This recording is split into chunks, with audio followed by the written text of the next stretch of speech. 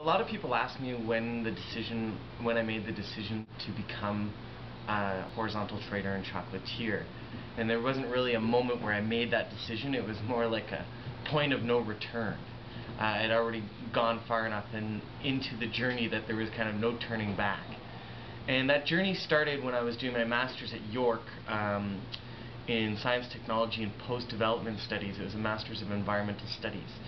And I was working there on promoting a solar technology that I believed had some very interesting ecological, political, and social characteristics.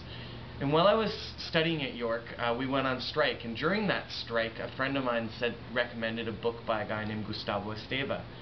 And Gustavo Esteva wrote this book called Grassroots Postmodernism, Remaking the Soil of Cultures. And basically the message of that book was, we don't need more critiques of how the system doesn't work.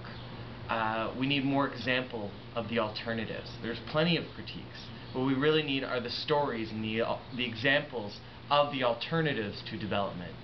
And so when I read Gustavo's kind of stories and his philosophy, I was really attracted to his way of thinking, and I sought him out, which resulted in him inviting me to work with him and his friendship networks in civil society in southern Mexico.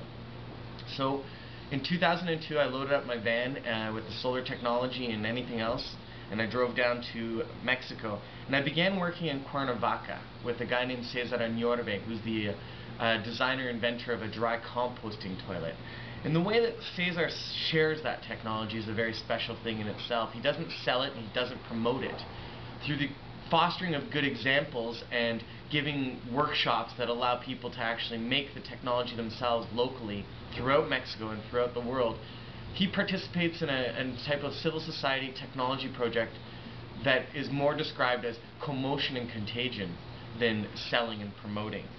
And it was living with Cesar where I learned Spanish, where I met Ivan Illich, where I really sensed the Mexican hospitality for the first time, where I understood what it was to be not in the third world, but to be living in a different culture that in a certain sense is richer than the culture that I had grown up in. Getting rid of some of my prejudices through these amazing friendships. What really happened was my view of the project and the solar array changed.